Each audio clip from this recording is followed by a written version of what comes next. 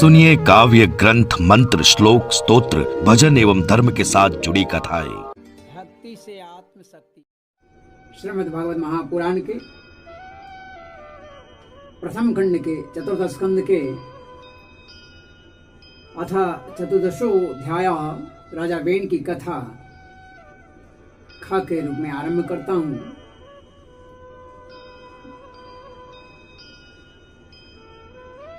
स्वर्ग आदि रोग शोक रहित लोगों की प्राप्ति होती है, ऐसा कहा है। ऐसे पूर्व में ऋषि क्रोधित तो थे ही, और वे क्रोध में ही महाराजा के पास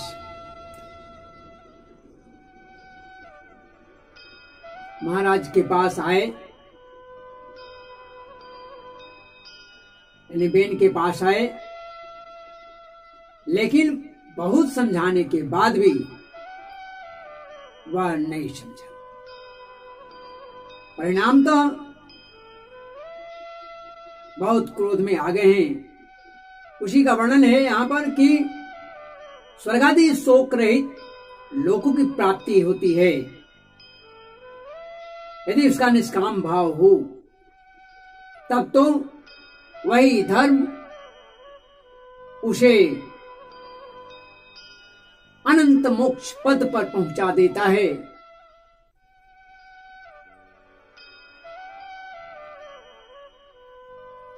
अन्यथा क्या होगी आप समझ सकते हैं।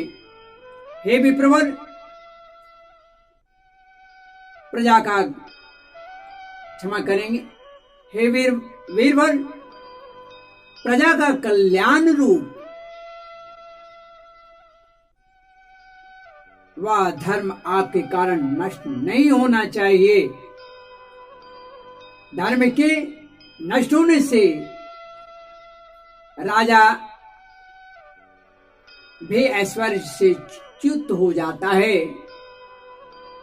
जो राजा दुष्ट मंत्री और चोर आदि से अपनी प्रजा की रक्षा करते हुए न्यायानुकूल अपने न्याय के अनुकूल कर लेता है, वह इस लोक में और परलोक में दोनों जगह सुख पाता है। इस सारे विश्व की आत्मा तथा संपूर्ण भूतों की रक्षक है। भगवान ब्रह्मादि जो जगदीश्वरों के भी ईश्वर हैं, उनके प्रसन्न होने पर कोई भी वस्तु उस पुरुष के लिए दुर्लभ नहीं होता। तभी तो इंद्रादि लोकपालों के सहित समस्त लोग उन्हें बड़े आदर से पूजते हैं, बड़े आदर से पूजोपहार समर्पण करते हैं। राजन, भगवान श्री हरि समस्त लोकपाल यज्ञों के नियंता हैं। वे वेदत्रयी रूप, द्रव्य रूप और तत्स्वरूपी हैं। वे वेदत्रयी रूप, द्रव्य रूप और तपः स्वरूप हैं। इसलिए आपके जो देववासी आपकी उन्नति के लिए अनेक प्रकार के यज्ञों से भगवान का यजन करते हैं। आपके देववासी नहीं, देशवासी आपकी उन्नति के लिए अनेक प्रकार के यज्ञों से भगवान का यजन करते हैं, पूजन करते हैं। आपको उनके अनुकूल ही रहना चाहिए। आपको उनके अनुकूल रहना चाहिए। जब आपके राज्य में ब्राह्मण लोग यज्ञों का अनुष्ठान करेंगे, तब उनकी पूजा से प्रसन्न होकर भगवान के अंश स्वरूप देवता आपको मनचाह वरदान देंगे, मनचाह फल देंगे। अतः हे वीरवर, आपको यज्ञादि जो धर्मानुष्ठान है उसको बंद करके देवताओं का तिरस्कार नहीं करनी चाहिए। ये यज्ञादि धर्मानुष्ठान को बंद नहीं करनी चाहिए आपको। तब चूंकि बेन तो महामूर्ख भी था, बेन ने कहा बलीशावतयुयं वा आधर्मे धर्ममाणिनः ये वृत्तिदं पतिं हित्वा जारं पतिमुपासते अवजानन्त्यमी मूढा नृपरूपिणमीश्वरं नानुविन्दन्ते ते भद्र मिह लोके परत्र च। बेन ने कहा कि तुम लोग बड़े मूर्ख हो। उन ऋषियों उन ब्राह्मणों को बेन कहता है कि तुम बड़े मूर्ख हो, खेद है, तुमने अधर्म में ही अपनी धर्म बुद्धि लगा रखी है। तभी तो तुम जीविका देने वाले मुझ साक्षात पति को छोड़कर, मालिक को छोड़कर, स्वामी को छोड़कर किसी दूसरे जार पति की उपासना में लगे हुए उपासना करते हो। जो लोग मूर्खतावश राजा का रूप परमेश्वर का अनादर करते हैं, उन्हें न तो इस लोक में सुख मिलता है और न परलोक में सुख मिलता है। ये बेन, राजा बेन ऋषियों को, महात्माओं को समझा रहा है।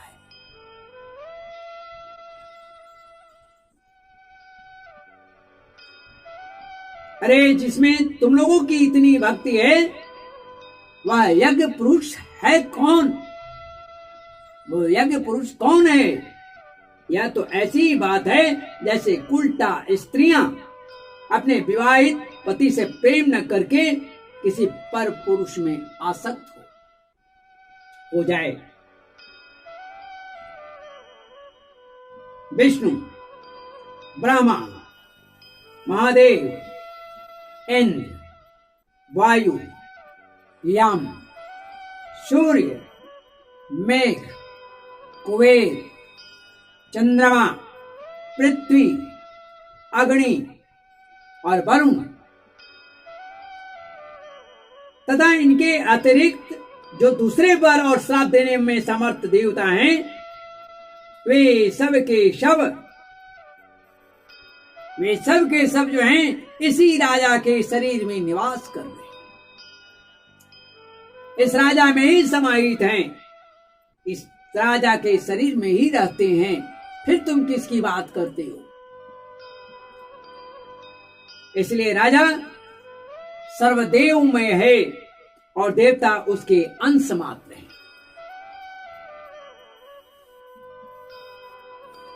मैं आगे कहता है, इसलिए हे ब्राह्मणों, तुम मत्सरता छोड़कर अपने सभी कर्मों द्वारा मेरा ही पूजन कर और मुझी को बलि समर्पण कर, आहुति मुझे ही समर्पण कर। भला मेरे सिवा और कौन अग्र पूजा का अधिकारी है? इस प्रकार विपरीत बुद्धि, मैत्रेय जी कहते हैं कि एतां विपर्य यमति पापियानोत्पथं गतः अनुनीयमानस्त द्याच्चान्न चक्र भ्रष्ट मंगल। इस प्रकार विपरीत बुद्धि होने के कारण वह अत्यंत पापी कुमार गामी हो गया था। उसका पुण्य ऐसे ही छीन हो चुका था। इसलिए मुनियों के बहुत विनय पूर्वक समझाने पर भी, प्रार्थना करने पर भी बेन का सुमति नहीं लौटा। उसने वह बेन मुनियों की बात पर तनिक भी ध्यान नहीं दिया।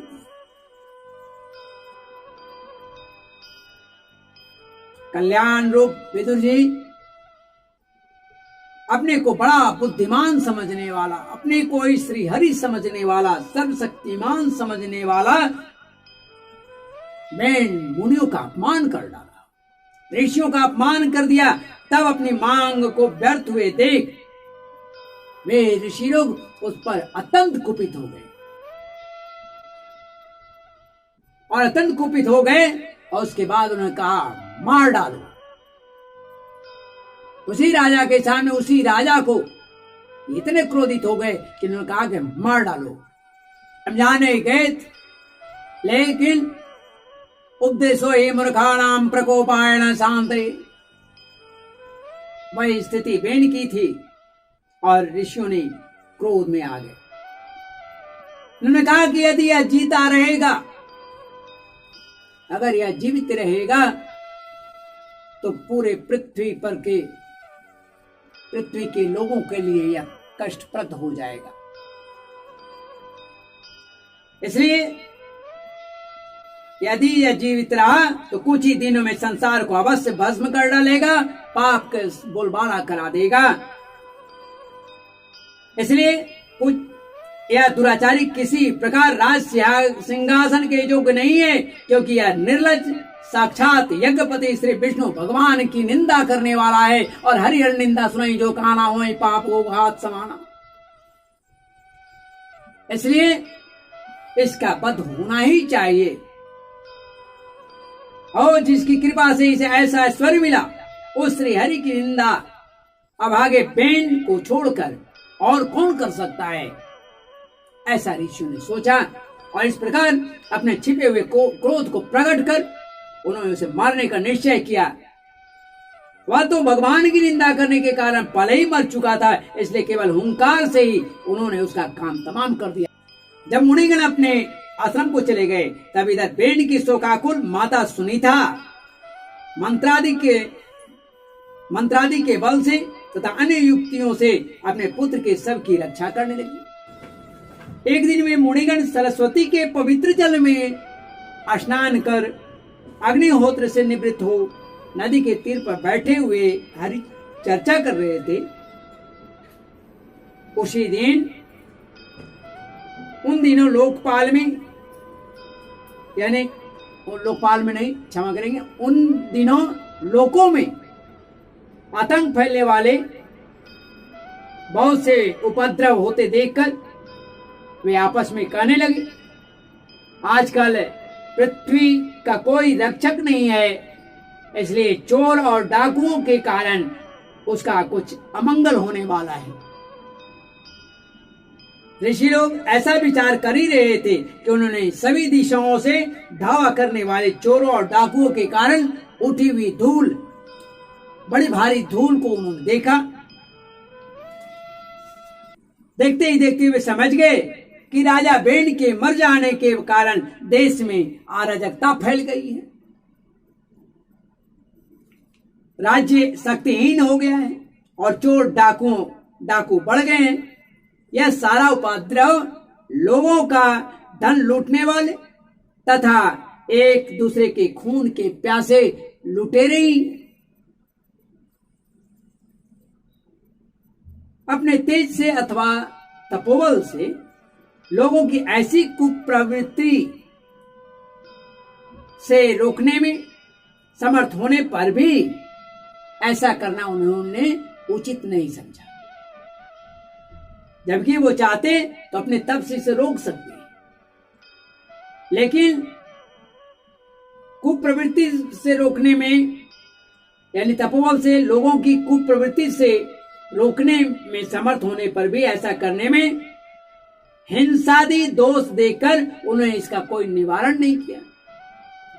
फिर सोचा कि ब्राह्मण यदि समदर्शी और शांत स्वभाव भी हो तो भी तीनों की अपेक्षा करने से, गरीबों की, कमजोर की उपेक्षा करने से उसका तप उसी प्रकार नष्ट हो जाता है जैसे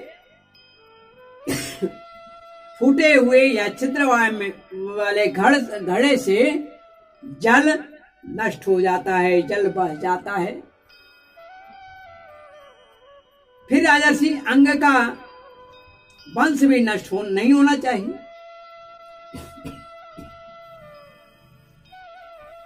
भाई उसकी वंश नष्ट हो गया तब बिल्कुल समाप्त हो जाएगी। इसलिए क्योंकि इसमें अनेक अमोघ शक्ति और भगवत पारायण राजा हो चुके हैं इस कुल में। निश्चय कर, ऐसा निश्चय कर कि जांग को बड़े जोर से मथा, तो उसमें से एक बौना पुरुष उत्पन्न हुआ। वह कौवे के समान काला था। उसके सभी अंग और खासकर भुजाएं बहुत छोटी थी, जबड़े बहुत बड़े थे, टांगे छोटी, नाक चपटी, नेत्र लाल और केस तांबे के समान रंग वाला था। उसने बड़ी दीनता और नम्र भाव से पूछा, बड़ी ही दीनता से और नम्र भाव से पूछा, तातो ते वंतम दीनम किं करोमिति वादिनम निषीदेत्य ब्रुवंस्तात स निषादस्ततो भवत्। जब बड़ी दीनता और नम्र भाव से पूछा कि मैं क्या करूं, मैं क्या करूं, तो ऋषियों ने कहा निषेध। निषेध का अर्थ होता है बैठ जा। उन्होंने बैठने की संकेत किया। इसी से वह बाद में निषाद कहलाया। निषेध का अर्थ होता है बैठ जाना, और इसी से उसका नाम निषाद पड़ा। उसने जन्म लेते ही राजा बेन के भयंकर पापों को वह अपने ऊपर ले लिया।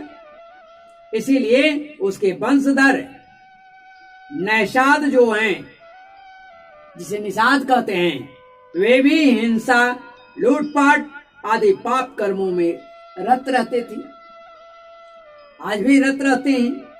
अतः वे गांव और नगर में न टिक करके वन और पर्वतों में ही निवास करते हैं।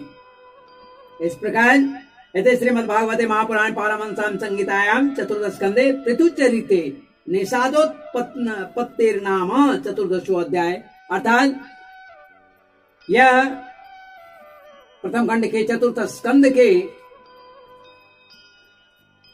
चतुर्दशो यानी 14वां अध्याय राजा बेन की कथा का वर्णन मैं अभी किया हूं। आगे